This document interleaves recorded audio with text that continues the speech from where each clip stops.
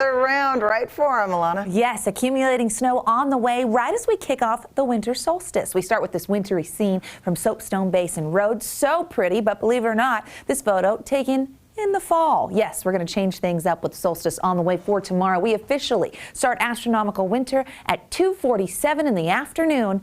And that's right about just slightly after when all of our warnings will go into effect, because we are tracking our next storm system that moves in with a front. We've got accumulating snow on deck, as well as those alerts that are posted, ready to go and going into effect. We've got winter alerts, wind alerts, and even that wind chill, because an Arctic blast really takes over as the front opens the door for that Arctic air that's going to impact a huge portion of the United States. Also, another system possibly right ahead of Christmas weekend. Okay, let's talk about those warnings. We've got a winter weather advisory in purple for the Wasatch Front valleys, and in pink you're seeing that winter storm warning. These go into effect at 2 p.m.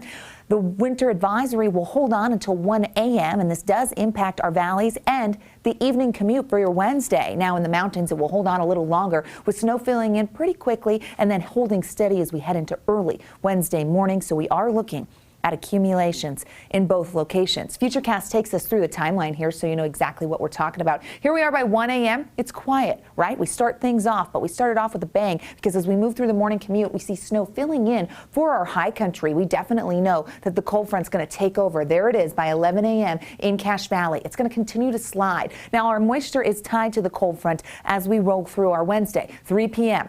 Ogden, Layton, Bountiful, Salt Lake, that's when you're going to see your burst of snow. It will accumulate, and we watch as the front slides a little further south, so Bountiful to Riverton, over into Heber and Tooele by the evening hours. So the evening commute on I-15 will definitely be compromised, so a heads up there. The snow will eventually dwindle. That band wants to head a little further south, but then it fizzles. We don't see much for the southern half of the state. We just deal with cold temperatures following that moisture. Now, we're not totally done, because we get a break into Thursday, and then here's another quick hitter on Friday. This is important because it's a big travel week. This is right ahead of Christmas weekend. Now, we're not expecting major accumulations from that Friday storm, but we'll keep our eye on it. How about the Wednesday storm? Tomorrow, yes, 1 to 3 inches, generally speaking, for our northern Utah valleys. Benches at 3 to 6, 4 to 8 in our mountain valleys. Backside of the Wasatch and Park City included in that. Northern mountains could pick up anywhere from half a foot to a foot in the Cottonwoods, doing a little better, and that's just from the cold front coming through. Now, again, moisture tied to the front, but guess what's behind it? That frigid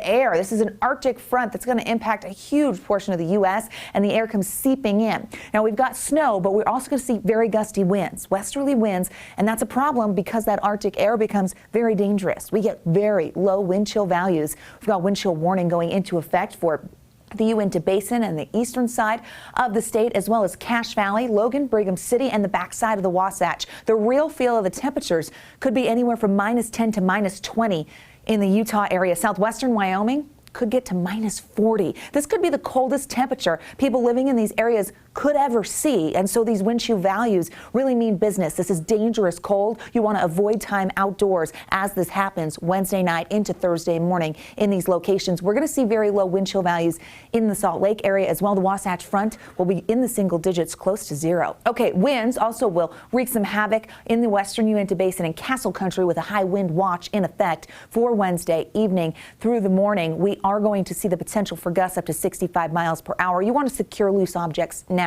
with this storm system. 20s, 30s, and 40s. We do warm up ahead of the front, which could mean some areas start as rain in our valleys. 30s in Price, 45 in Cedar City, 50 in St. George. Speaking of Washington County, well, we have a pretty quiet 7-day here. Temperatures rebounding close to average, warming up, but looking pretty nice. Again, 240. Tomorrow, 247. Tomorrow, we're going to kick off the winter season, and then we dry out as we roll into Christmas weekend. High pressure takes over and starts to build. We'll see cloudy skies, but a pretty active pattern with that rain starting as rain and turning to snow, possibly early Thursday morning, and then another brush by system. It's going to feel like winter, and it's actually going to be winter as we head into tomorrow. Glenn, Emily, over to you. All right, Alana.